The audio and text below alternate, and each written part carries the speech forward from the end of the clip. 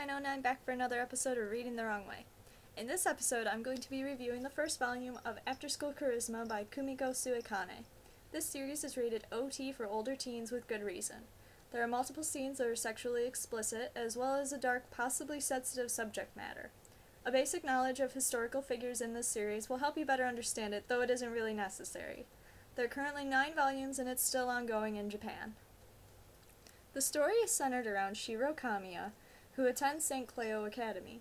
He is the only student at the academy that is not the clone of a famous person. His classmates include Napoleon Bonaparte, Sigmund Freud, Florence Nightingale, and Marie Curie. He tries his best to fit in with the other students, but is generally hated or envied by them because he is an actual human with more free will to build his own unique future. The clones must study the history of their original in an attempt to finish what their original began. Fear clouds the school when the clone of John F. Kennedy is assassinated in a very similar way to his original's death. Now the students hope they can find ways to change their seemingly inevitable futures. So what do you need to know about the series? I'm not actually what you call a history buff, but there are some series that catch my eye, such as Hetalia. This is one of those series that I think fans of the history genre will appreciate. The characters react very similar to how I at least imagine their originals did in real life, but they have a more modern sense of the world than their counterparts. There are clones of figures that were considered heroes and pioneers, such as Joan of Arc and Albert Einstein, but also those that may be touchy for certain readers, such as Adolf Hitler and Grigory Rasputin.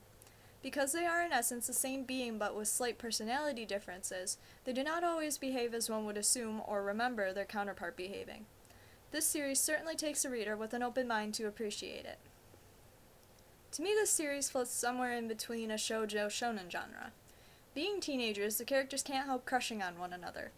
Fights, and I use the term loosely, are reminiscent of old-world duels.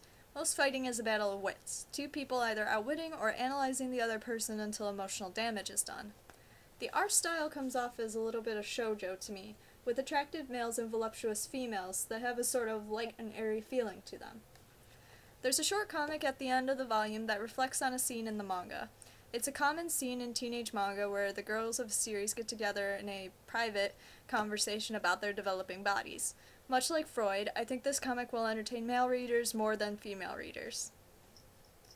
This series is great for history buffs and intriguing for people like myself that enjoy seeing historical figures in more modern or unnatural settings.